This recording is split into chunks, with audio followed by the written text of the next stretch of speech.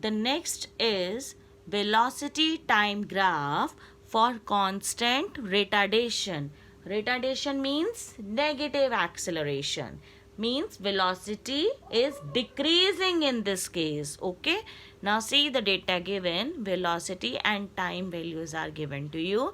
Velocity initially it was 8. Now it decreases to 4. Now it again decreases to 0. Means see velocity is decreasing in this case.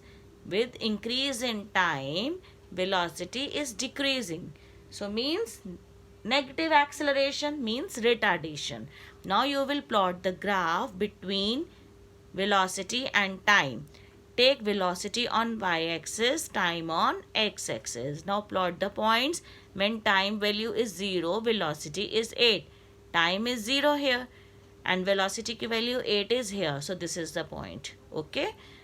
Time 1, velocity 4. Time 1, velocity 4. So this is the point.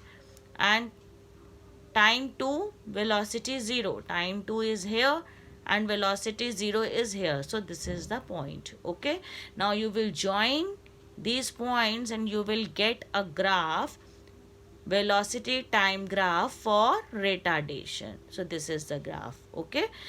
When you will draw, no need to write data. I am telling you again and again, no need to mention any data or any numbers here. You will write velocity time graph.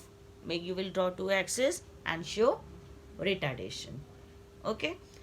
Now the next is velocity time graph for non-uniform acceleration. Non-uniform acceleration means velocity में changes आ रहे हैं by equal amount in unequal intervals of time. So you can draw any zigzag graph in it. Okay.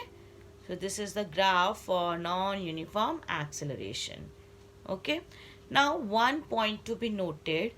When you have velocity time graph, this is the velocity time graph is given to you. See here, velocity time ka graph. This is the graph. Okay, this straight line. This is the graph. If you see area under this graph, this is the area under the graph. This area under the graph, ये कौन सी physical quantity represent करता है? Distance. Means if you want to calculate distance from velocity time graph, what you will do? You will calculate the area under the graph. And this graph we will use in deriving the equations in the next class. Okay.